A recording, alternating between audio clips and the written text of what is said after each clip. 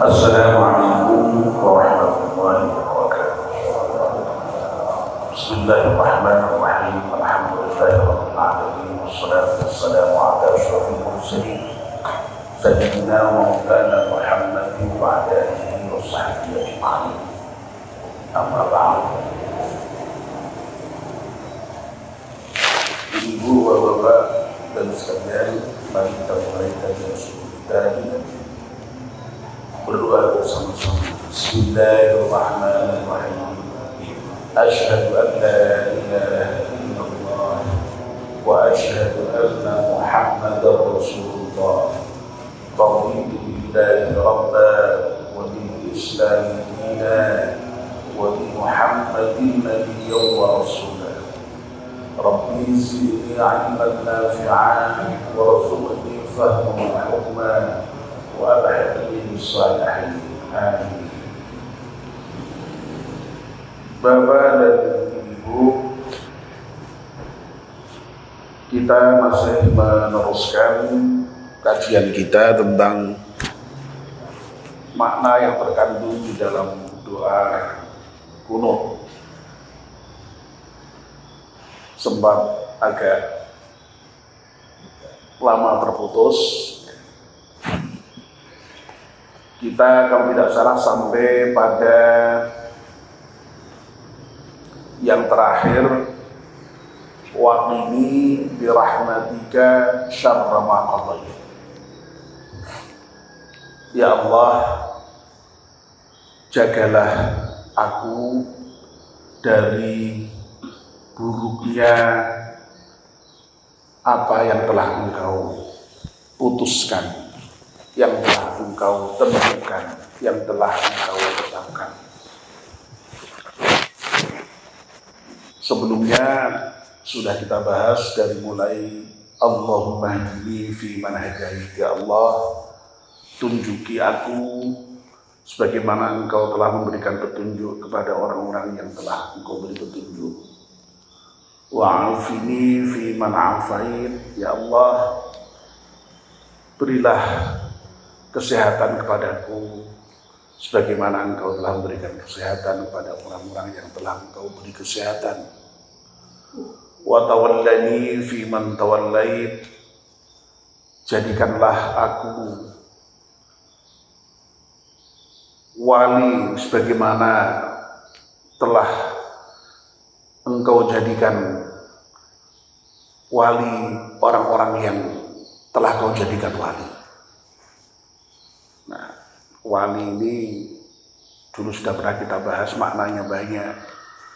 Nah, di antaranya pemimpin, kekasih, sahabat dekat. Ya. Sehingga kalau kita mohon dijadikan wali oleh Allah itu ya, mudah-mudahan kita ini dipimpin oleh Allah,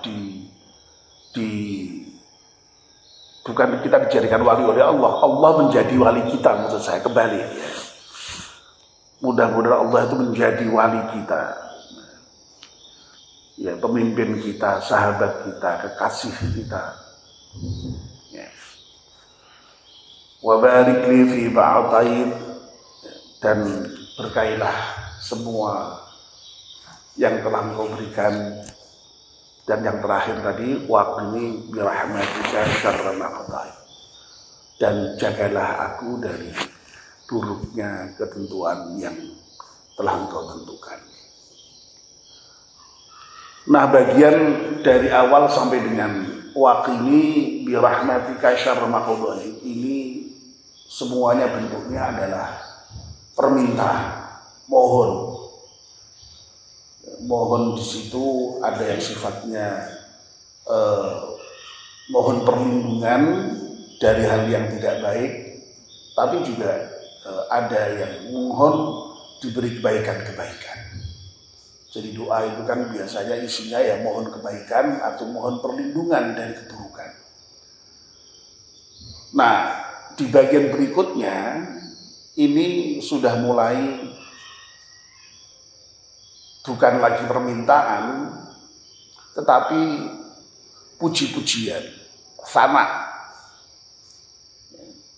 Dan dulu sudah pernah saya sampaikan, doa itu komposisinya kadang-kadang memang hanya berupa doa saja, langsung permohonan to the point. Tapi kadang-kadang doa itu isinya tidak ada permohonannya, hanya sana, memuji saja kepada Allah. Tetapi kadang-kadang mix, campuran. Di situ ada sana, ada pujian, tapi juga ada permohonan. Nah, tempatnya di mana? Kadang-kadang di depan yang sana dulu, jadi puji-puji Tuhan dulu, ya, baru minta. Ya, seperti yang ada dalam Al-Quran surat Al-Fatihah itu kan begitu.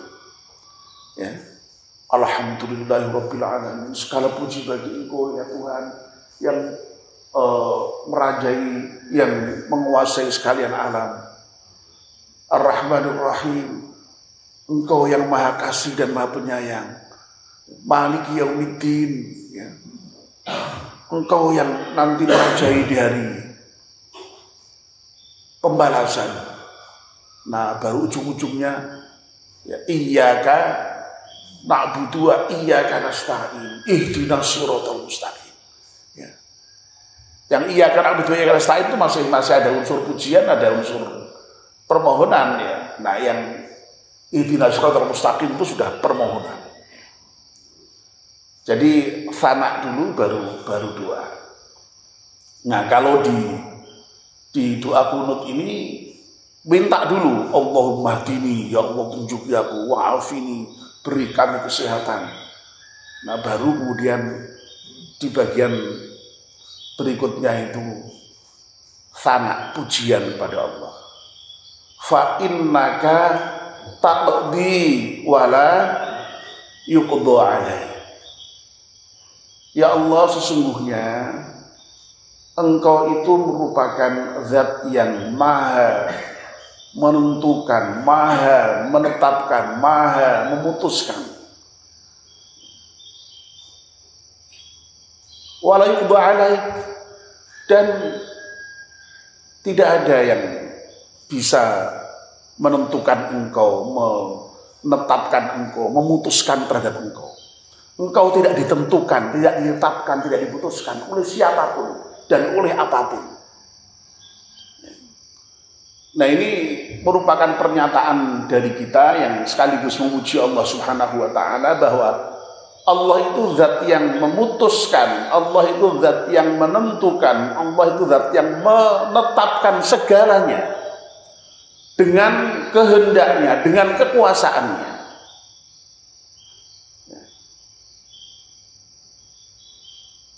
Pernyataan ini penting karena memang kita mengakui Allah sebagai Tuhan. Ya, justru Allah itu, karena Allah itu kita akui sebagai Tuhan, Rabbul Alamin, Tuhan seluruh sekalian alam. Ya wajar kalau Allah itu kemudian ya maha memiliki, maha menguasai, maha menentukan, maha memutuskan. Dan ketika Allah menentukan, memutuskan, menetapkan segala sesuatu itu dengan kehendak bebasnya, ya, tidak ada yang bisa mengatur ya, keputusan Allah itu, menetapkan keputusan Allah itu. Ya. Kalau Allah kok diatur itu ya namanya ya bukan Allah lagi, Tuhan kok diatur. Jadi Allah maha menentukan, maha menetapkan, maha memutuskan. Dan keputusan Allah itu bahkan yang sudah kemarin kita bahas itu sudah ditetapkan sedemikian rupa pada zaman azali. Apa saja. Jadi baik yang terjadi di muka bumi maupun yang terjadi di dalam diri kita itu sudah Allah tentukan. Ma asaba min musibatin fil ardi wala fi anfusikum illa fi kitabin min qabli an nabraha inna dzalika 'ala Allah yasir. Tegas sekali, itu mudah bagi Allah. Karena Allah Tuhan Maha menentukan. Itulah yang kemudian sering terucap dalam peribahasa kita itu, manusia sekedar merencanakan, Tuhanlah yang menentukan. Ya, jadi itu sebenarnya keyakinan Allah Maha menentukan itu sebenarnya sudah kita hayati. Ya. Apalagi dalam pandangan hidup orang Jawa itu sudah urip sak dermo nglakoni. Udah gitu aja itu. Itu kan ekspresi dari Allah itu Maha menentukan. Dan Allah tidak ditentukan oleh apapun dan siapapun. Ya. La yuqda alaihi. Jadi termasuk nanti Allah juga tidak diminta pertanggung jawab. Orang kan sering protes lu, Gusti Allah piye kok ngene. Itu kan seperti protes dengan Allah, seperti minta pertanggungan jawab begitu. Padahal Allah dengan tegas menyatakan la yus'alu amma yaf'alu wa hum yus'alu. Dia Allah itu tidak ditanya mengenai apapun dan oleh siapapun. Tidak dimintai pertanggungan jawab oleh apapun dan siapapun. Wa hum yus'alun. Tetapi sebaliknya mereka itu ya kita ini besok yang dimintai pertanggungan jawab oleh Allah Subhanahu wa taala. Nah, ini pernyataan kita ini mudah-mudahan bisa menjadikan keimanan kita kepada qada, kepada ketentuan Allah itu menjadi semakin kuat ya. Dengan kita berdoa kepadanya dalam bentuk sanak tadi, dalam bentuk pernyataan-pernyataan itu, sehingga kalau kita hayati akan memperkuat jiwa kita itu, keimanan kita itu. Ya. Sehingga dengan demikian maka kita menjadi orang yang sepenuhnya tunduk dan patuh kepada Allah Subhanahu wa taala. Ya.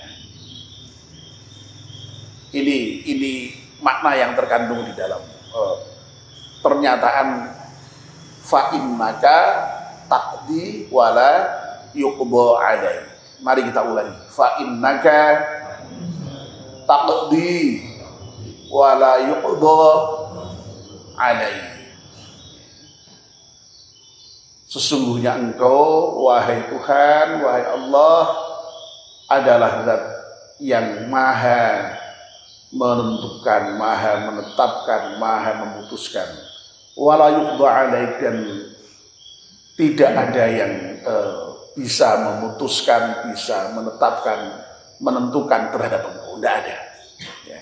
Karena Allah itu maha bebas. Ya. Kita ini yang memang segalanya ditentukan oleh Allah Subhanahu wa taala. Bahkan ada satu ayat yang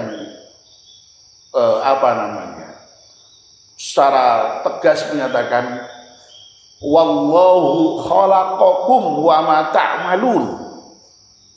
Allah itu adalah zat yang menciptakan kamu dan juga apa yang kamu kerjakan. Termasuk amal kita itu pun juga Allah yang menetapkan. Nah, itulah kemarin Pak Hamzah yang saya sebut ya, kalau ayat-ayat seperti ini kemudian kalau difahami secara terpisah itu memang jatuhnya bisa ke tadi Jabariyah itu yang seakan-akan ya Allah maha menentukan tadi itu. Nah, memang kita sedang bicara ini sekarang ini ya. Nah, tapi sekali lagi memang dalam Islam ada sisi ikhtiar, ada sisi usaha ya. Termasuk kemarin kalau tidak salah ingat khutbah Jumat itu juga membahas itu ya.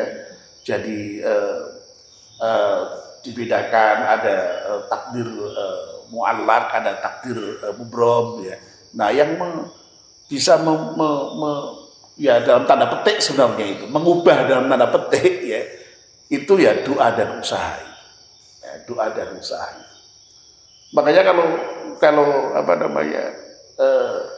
Ustadz Mansur itu kalau membaca doa waqini birahmatika waqini, tidak hanya waqini ya. Ustadz Mansur itu ada tambahannya wasrif amni ya. Jadi waqina wasrif 'anna bi rahmatika syarra ma qadait. Jadi tidak hanya menjaga, tidak hanya dihindarkan, tapi bahkan digantikan gitu kalau itu buruk gitu. Ya itu waladnya. Tapi kalau dalam teks yang banyak beredar itu sampai hanya waqina. Kita minta dilindungi, minta dijaga, minta dipelihara ya, dari buruknya ketentuan Allah.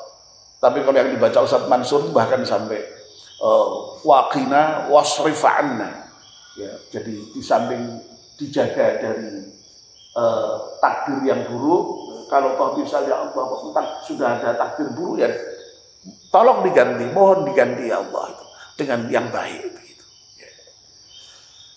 Ya, tapi sekali lagi justru dengan doa itu kita meyakini Allah merupakan zat yang maha menentukan, zat yang maha menetapkan, zat yang maha memutuskan, dan Allah karena mahanya itu ya sama sekali tidak ada pihak lain yang bisa menentukan, menetapkan dan memutuskan atas Allah itu ya.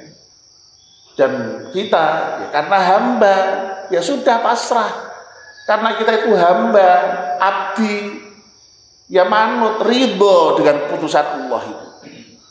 Makanya kemarin juga sudah saya singgung, ada hadits qudsi yang sangat tegas mengatakan, "Loh kalau kamu itu kok tidak ridho, tidak rela, tidak puas dengan keputusanku, ya golek kowe Tuhan selain aku." Ya padha karo awake dhewe kon ora sah beriman karo Gusti Allah. Na'udzubillah. Nah, demikian yang bisa kita sampaikan pagi ini. Mari kita tutup dengan doa kafatul majlis. Bismillahirrahmanirrahim. Wal 'ashri innal insana lafi khusr illa alladziina aamanu wa 'amilus shalihati wa tawassaw bil haqqi wa tawassaw bis sabr. Subhanakallahumma wa bihamdika asyhadu an la ilaha illa anta astaghfiruka wa atubu ilaik. Wassalamu alaikum warahmatullahi wabarakatuh.